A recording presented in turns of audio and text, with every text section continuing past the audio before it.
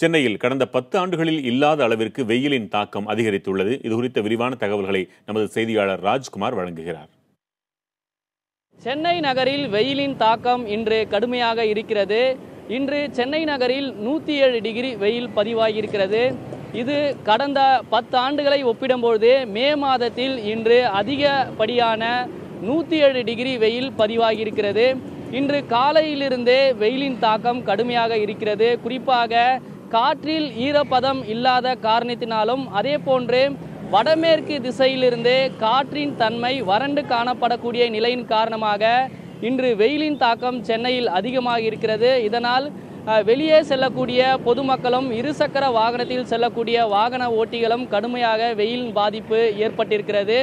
இன்று காலை 10:30 மணிக்கே வெயிலின் தாக்கம் 104 டிகிரியாக இருந்தது. படிப்படியாக உயர்ந்து மதியம் நேரத்தில் 107 டிகிரியாக வெயிலின் தாக்கம் இருந்திருக்கிறது. அதே போன்று வெயிலின் தாக்கம் காரணமாக பொதுமக்கள் வெளியே செல்ல முடியாமல் நிலைமையை இருந்திருக்கிறது. இதே போன்று நாளையும் வெயிலின் தாக்கம் அதிக அளவுக்கு இருக்கும் என்று சென்னை வானிலை ஆய்வு மையம் தெரிவிக்கிறது. குறிப்பாக இது போன்று வெயிலின் தாக்கம் அதிகமாக இருக்கக்கூடிய நேரங்களில் மதிய நேரங்களில் பொதுமக்கள் வெளியே செல்லக்கூடிய திட்டமிடலை தவிர்க்க வேண்டும் என்று வானிலை ஆராய்ச்சியாளர்கள் தெரிவிக்கிறார்கள்.